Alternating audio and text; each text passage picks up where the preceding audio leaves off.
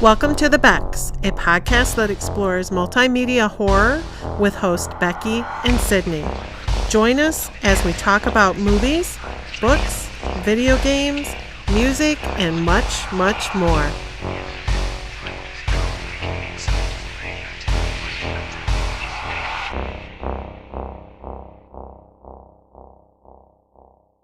Thank you so much for joining us. My name is Sydney Rebecca. And I'm Rebecca Snow. And we're at the Becks. And today we're talking about our favorite cryptids, asterisk. Yeah. Mine is my favorite. Becky picked one that she thought sounded really cool and ended up being kind of sparse on the details. Yeah, I mean, there's lots of details about how it came about, but it's not like Bigfoot that has 500 sightings or the Loch Ness Monster. So, spoiler, she's not talking about either of those two things. I'm not. So, why don't you go first? Oh, of course. Put me on the spot. Yes. So I chose, and the only reason is we were looking up cryptids and we were looking at pictures, and I was like, what are these? And I'm like, yep. That's what I'm doing. So, because I don't know that I have a favorite. I don't know. I don't think I do. She just rolled her eyes at me. I was trying really hard not to. I tried to abort it. It didn't work. It did not work. I'm sorry. So, I don't know. Maybe I should have a favorite, apparently. Yes. Although, maybe if I had to choose, it would probably be a Wendigo. They're terrifying and scary, and I like them. Anyway. So I decided to talk about the Kirtland melon heads from Kirtland, Ohio. But rumor has it that they've also been seen in Michigan, in Allegan County, Michigan, and in Connecticut too. Where? Wait, what county? Allegan? It's Allegan County is down by Allegan County? I'm going to punch you in your head. Allegan County is near Saugatuck. I don't know where that is either. Saugatuck is... Let me show you on the map. Is near... Are you seeing my hand? My mitten hand? It's over here. So it's south of Grand Rapids area. Oh, okay. Mm-hmm. So down by Holland and stuff. Ooh. Ooh. So, yeah. So they are supposedly seen, which makes sense. I don't know about the Connecticut, but Michigan, if they were in Ohio, it'd be pretty easy just to travel. More than likely, it's just the story that traveled with it, but... So, if I was a cryptid in Ohio, I too would come to Michigan. Yeah, it would not be fun in Ohio. It's so flat. Ohio sucks! There's no water like there is here. Although they could hide in what's the name of that awesome park that people go to down there? Hocking Hills. Oh, you've never heard of that? It's beautiful. I want to go there eventually. It's supposed to be kind of spooky too, because you hike through the woods and you can stay in there and stuff. So, but it's beautiful. Doc and Lauren have been there. Nice. Yeah. Okay, so the Kirtland Melonheads are supposedly a group of small-statured people with bulbous heads. Mm-hmm. And they think it originated from... The story is it originated from a doctor named Dr. Crow. And there's two stories... There's... two adaptations of the story, basically. Okay. One is where Dr. Crow actually took these children in that were parents, kind of disregarded them, didn't want them because they were deformed. They didn't think they could be smart. They just got rid of them because they had hydrocephalus, which is water on the brain. So... Does that not usually kill you? Yes. Yes, it can. Okay. I mean, depending. So, supposedly, he took these children and was helping them, but then he decided to start doing experiments on them. Ugh. And injecting more fluid into their heads. Oh, my God. And eventually, the children attacked him, killed him, and burned the place down. Now, the other story is he just took them and he ended up dying. And they grieved him and left and burned the place down or whatever. Ah. And there's not a lot to it. There are a couple, like everything I looked up like on YouTube and things, it just was really sparse. It's like, oh, the melon heads. But they think it's more of an urban legend just used to scare people and like your friends, or to scare your children into behaving and not going, and the melon heads are coming for you. So there never was a hospital. There never was a Dr. Crow. Oh, there wasn't. Okay. No. So it's even more, it makes me mad, because I'm like, oh, at least if there was a hospital and a Dr. Crow. Well, maybe Dr. Crow's a nickname. It could be. Because, like, so many of, like, the stories and parables and myths and stuff like that come about, they usually have, like, some kind of root in something. Yeah. I mean, like you said, it could have just been kids that had this syphilis. Not syphilis. It's hydrocephalus. Not syphilis. Oh, my God. That's what I was thinking of. I was like, oh, no, I did it again. They did not have syphilis. Although that will kill you too. Oh my gosh. Anyway, so they say that the melon heads inhabit the woods around Kirkland, particularly near, I think it's Wisner Road, Wisner, if I pronounced it incorrectly. You never know how locals say. Mm-hmm. So, Michigan, home of Presqu'île. Yeah. No one would guess that. Anyway. Yes. So, and I guess there's other variations. I hadn't seen this one. This is the first time I've seen this. It said the legend has various versions, including one where the children killed Dr. Crow after he had an argument with his wife, and she had died because of the argument. Oh. And they blamed him, so they killed him because they left his wife. So, there are movies out there. There's a movie called The Legend of the Melonheads and The Melonheads House of Crow, as well as some podcasts and online discussions, which I watched some podcasts, and it basically just talks about the history and Dr. Crow and tells me that he wasn't real. But people go out looking for him all the time. And Michigan's the same way. I have some information about the Michigan one, and they basically say the same thing. It's out of Holland, Saugatuck area, and it describes a band of hydrocephalic children living in the woods, and that they come out and they're cannibals and they eat people, and sometimes they have glowing eyes. And But the thing that makes me laugh is no one ever says they're immortal. So they say they go out in the woods and they procreate and create more, but I don't think that hydrocephalus is like genetic. Well, yeah, maybe it is. I don't know. I haven't done my research. So, I guess I should have researched that a little more, but I know that I had a cousin that had water on the brain. It was my uncle's son. He has passed away when he was young.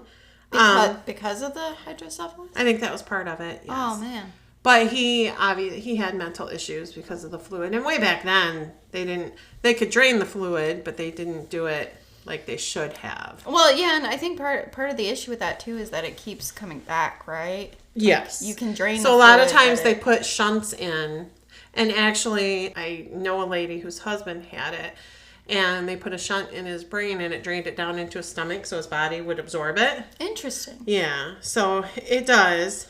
But yeah, so in Michigan, it's just local legend that they're out there and they're going to get you. And again, it's Dr. Crow. It's always the Dr. Crow from Ohio. And there was supposedly in Allegan County, there was a hospital with the doctor that, So I'd have a hard time trusting someone named Dr. Crow. Dr. Crow. Because that is like the head doctor of the asylum, you know what I mean? Yeah, like, no. He just sounds like he would be a villain of some sort. Yes, I agree. Scary, and I didn't like it. So, there's been people that have looked for him. They've never found him. I could not find an actual person that said, oh, I saw an actual melon head in the woods, or what they thought was a melon head in the woods. And maybe I missed it. I did a lot of YouTube looking. I did some online looking, but I just couldn't find anything that gave me like, oh, read this. It happened to me. Cryptids are interesting because you have some where they're like sighted all the time, like Bigfoot, and then you have some like yours where they've potentially never been sighted, or they've only been sighted maybe once or twice. And well, at the end of this article about Michigan, one reader submitted Last year, me and some of my friends at Hope College decided we wanted to go to the Allegan County woods in search of the melonheads. On our first night there, we went back on a path for about a mile, came to an opening where there seemed to be a foundation of a building still there, but it was gone. On the walk back to the opening, there was a sign hanging over the path, but it was too faded to make out the wording. On the first night, we did not experience anything.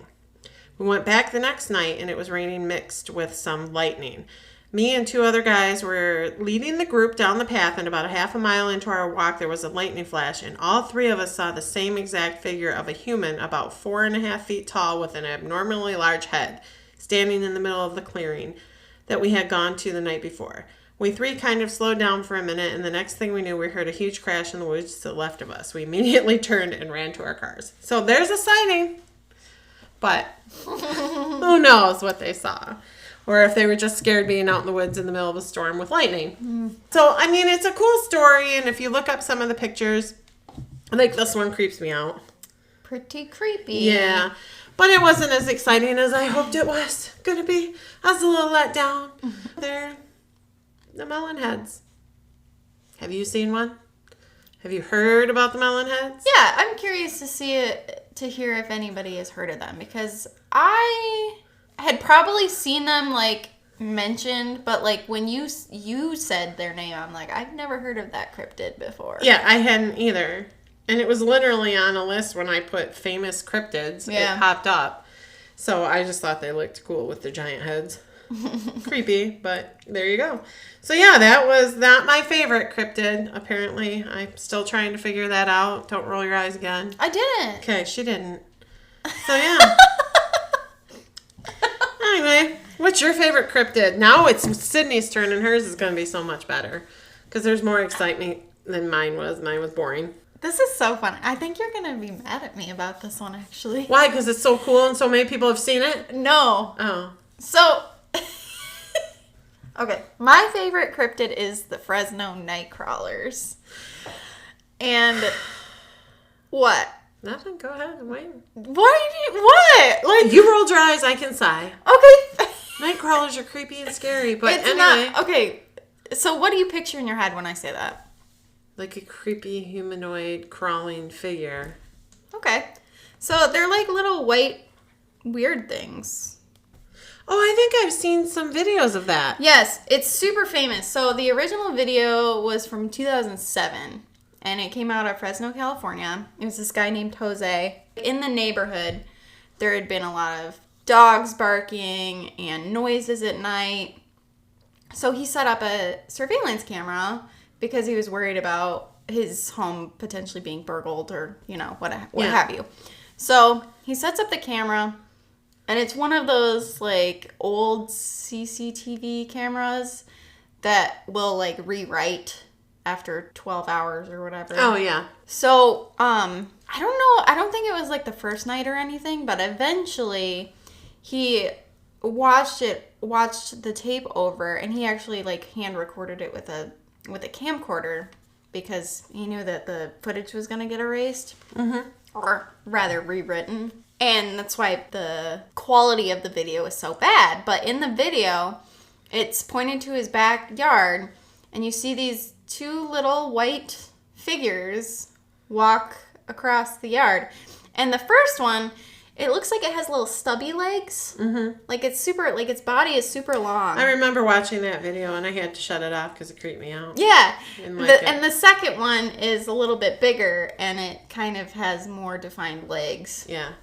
The reason why this one was my favorite was because, I don't remember what year it came out. There was this sci-fi show called Fact or Faked.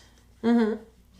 And they covered this on one of their episodes, and that show, I don't know if you've ever seen it. I have.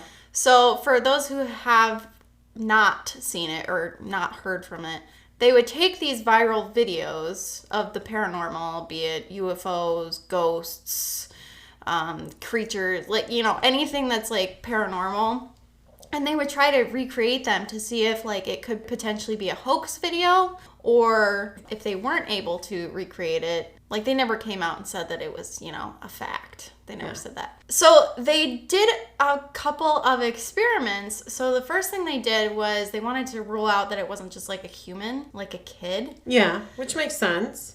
So they had like a neighborhood kid dress all in white and walk across the yard and like kick his legs and stuff like that. And it looked nothing like it in the... They even set up a camera with like a similar quality.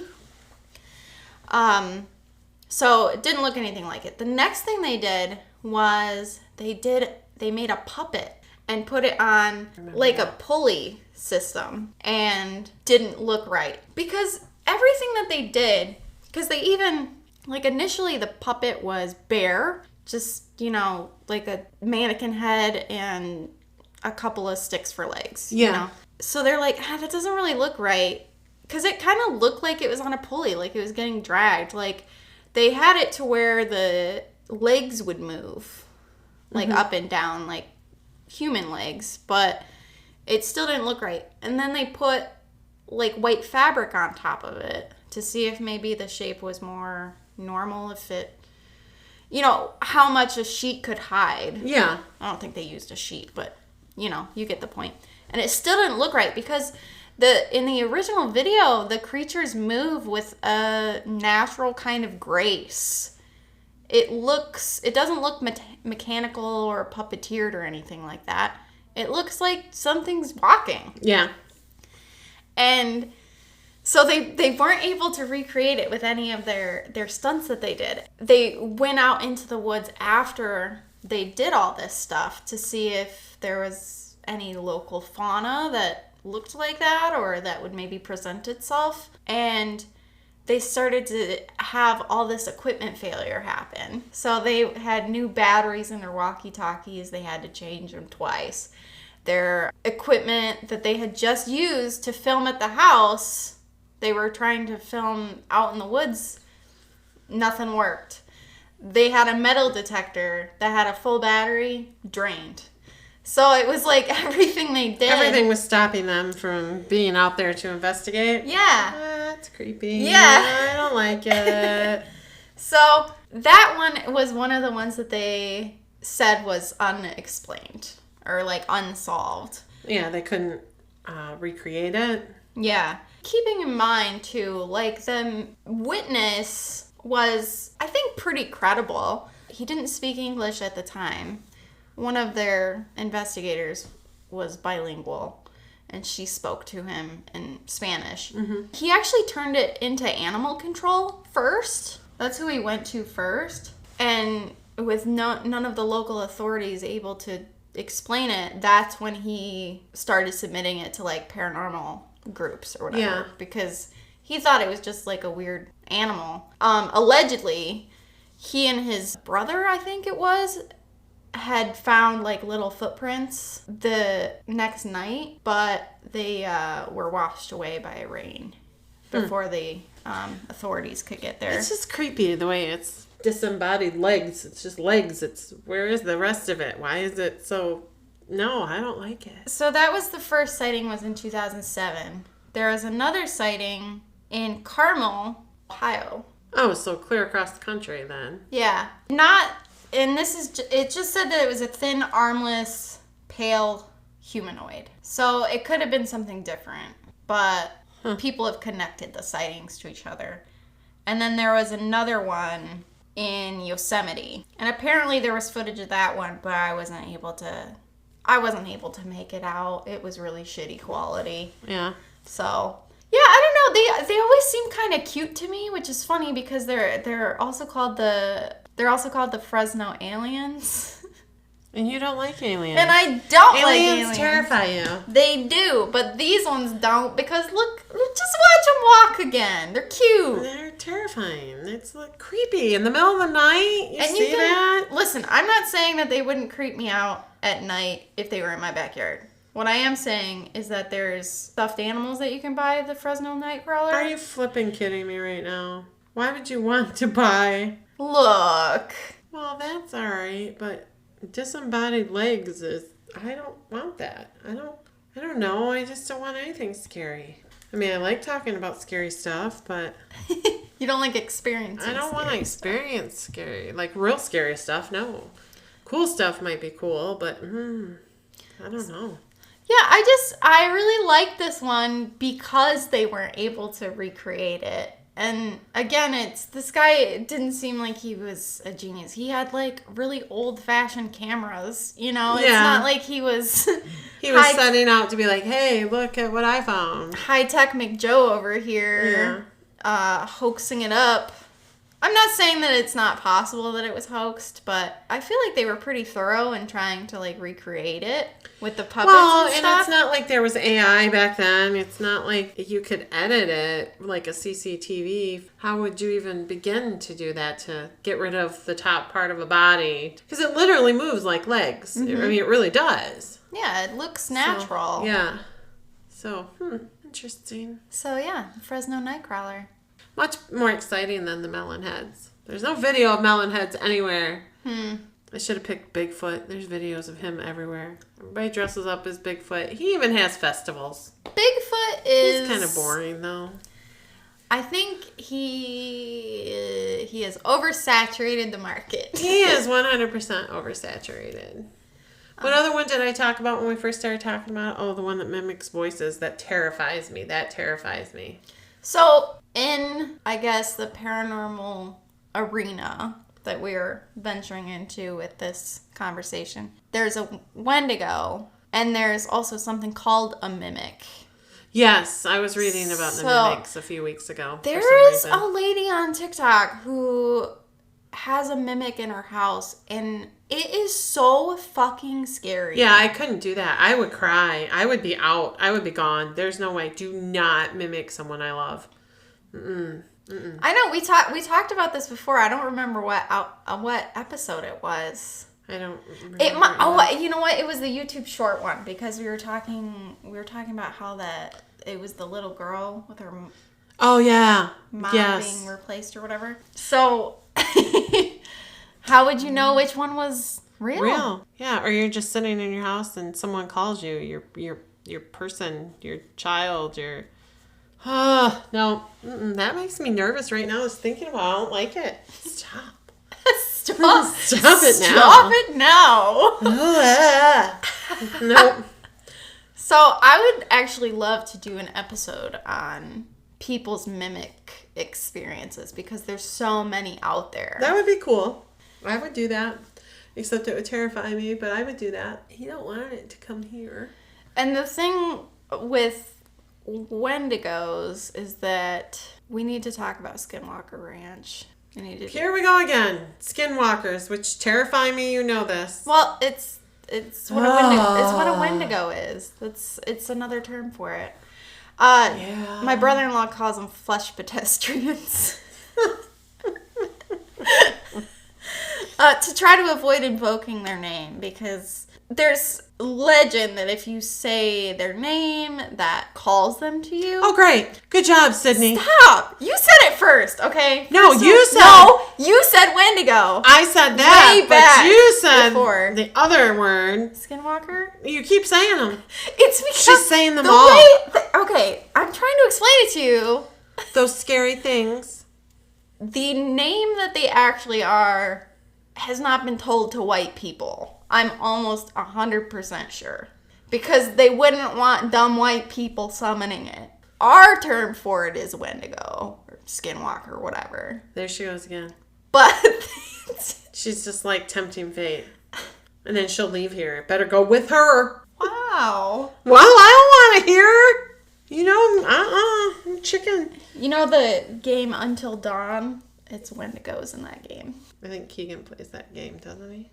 Somebody plays that game. Maybe he played that game. We need to play it and put it on our YouTube. You always want me to play stuff, and I suck at any game, so it will just be everybody laughing at Becky playing video games. It will not be anything about being scared. We'll have to just take turns playing it. Is that the terrifying one that Jake was going to set up? That is oh no, that was the Phasmophobia, yeah. Which Austin can set that up for us. It's hard to... We couldn't do that during the week. It'd have to be on a weekend. It's too time consuming. Well, we don't have to play it long. We just have to play it long enough to get that delicious, sweet content. Oh my goodness. So we can do an episode on mimics and people's experiences with them. there's so much out there. It's so scary. Didn't we talk to someone at Frankenfest that said they had someone that would call to them, I thought? They heard like a voice that sounded like someone else's. If that was you, send me your story. I don't know. Maybe I did. I think maybe you did. Because I did talk to some people without you there. Anyway. What was I doing? Well, you were in the other room, sometimes helping the drag queens. The drag queens. That's right. And then, yeah. But I think we also need to do an episode on scary vision things. Ah, yeah. Just found out about a crazy syndrome that when you have significant vision loss, that it actually causes you to, which we've known about this for a little bit, but causes your brain to actually hallucinate, show you different pictures that it either gets from memory or past experiences. And there have been stories of people seeing very scary things. So I'd like to see if we can find some cool stories about that. The eye to brain highway is so interesting because neither works without the other. Like, we need a brain to interpret what our eyes are seeing. But then if our brain isn't getting any stimulus from our eyes, it starts to make shit up. Exactly. So it's just to fill those blank areas. But sometimes it's something terrifying. Yeah. So it can be, benign and not scary. Weird, I'm sure. Yeah. But there are times where people see terrifying things. We'll talk about that. We'll talk about that some other day. So I would love to do other episodes on cryptids. Cool. There's lots out there. We don't have to talk about. There's so many that you don't even know about. Like, I just looked up another page, and half of these things I don't even know what they are. I think it would be great. I mean, I almost picked Mothman instead of the Fresno Nightcrawlers because Mothman's my OG. He's the coolest. He's so awesome. I mean, he's like a harbinger of doom, which isn't great, but like he's warning us, Mm-hmm. He's looking out. Mm-hmm. Mothman's just kind of boring though. He's you could do the aggro pelter. I cannot believe or that you just said that Mothman the Bill was Dad. boring. Are you trying to alienate or the chain lake snake our listeners by or the Cherryfield goat man shit talking Mothman or the ding ball? You are a ding ball, dude. I'm just reading these things. The ding ball. The Tote Road Shagaman. The Tote Road Shagaman. Oh, I like the white monkey. That's just an armadillo turtle. Right.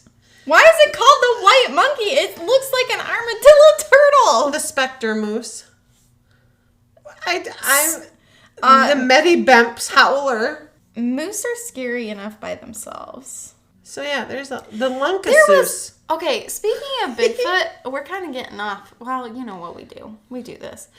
Speaking of Bigfoot, though, there was this video. I didn't watch all of it, but it was like this guy talking about how he thinks that Bigfoot isn't real. It's actually wild people. So, like, because of how many people go missing and, like, are out of society. Okay, so all of these sightings a lot of times are around, like, mountains and stuff. Yeah. Which so many people go missing around them, like, all the time. So his theory is that it's people that have gone missing and have essentially, like, naturalized in the environment. So they became feral. Which I think could be the case sometimes, but there's so many Bigfoot sightings that I have a hard time. Well, and they say they're so large. Yeah. So, like, Bigfoot is larger than the average man. So, just because you go feral as a human doesn't mean you're going to grow giant. Yeah, that's true. You stop growing at a certain point in time. So. But then perspective's kind of hard sometimes. Well, it is. And when you're scared, if you see something that startles you or scares you. I mean, if I was out in the middle of the woods and I saw this creature lumbering, I'd be... and I've said, for me, I am so unobservant. So, Well, and that's the thing too, is you watch any kind of criminal show or you read any book, eyewitness reports are not reliable. no, for sure. You know, like three people could see the exact same thing and say that they saw completely different things and think that they're the ones that are being truthful. Yeah. Or like the most accurate. Yeah. So it's like you have that issue too. I mean, but that's like criminal eyewitnesses, so I'm sure it's probably a little different. I don't know. I think it all just depends on the person. You know, some people keep a level head through everything, where other people are like, oh shit, there's this thing coming at me. I'm going to run like a crazy person, and then I'm going to try to describe it to you. Right. And let me tell you what it looks like so you can draw it. And when it really comes down to it, you just don't really know. And then there are the people that are going to lie, too. Very true. One theory that I heard about Bigfoot that I loved was that, and this is kind of what I subscribe to. Like, I'm not totally sold on Bigfoot, but like I am at the same time. I don't know. I flip-flop like every day about Bigfoot. I'm like, I don't know. So there was a theory that I heard that Bigfoot is actually interdimensional being, so it's from a different dimension. Sometimes it comes into this dimension. With its syphilis? Yeah. We're tired. Long day at work. So sometimes it kind of slips into this dimension, but not fully, and that's why all of the footage and the pictures and everything like that are blurry. Oh. Because he's not here all the way. Oh. And I kind of love that. Well, that's interesting. It's an interesting take on it. Yeah. And that could also explain why we never find any, like, real remains. Because usually if an animal exists, you find corpses. Well, yeah, somewhere along the line you would think you would. Yeah. I mean, there's jackalope corpses all over the place. Sorry. Just that came up as a cryptid. A jackalope, a cryptid? I would have never, ever in a million years thought of. I don't really know what the origin of a jackalope is. I don't either. I remember. Is it supposed to be scary? I mean, you see the people that make the homemade ones. Maybe they're not homemade. I don't know. The first time I remember hearing / seeing anything about a jackalope was in the Scooby-Doo movie. Really? One of the animated ones, the one where there's aliens.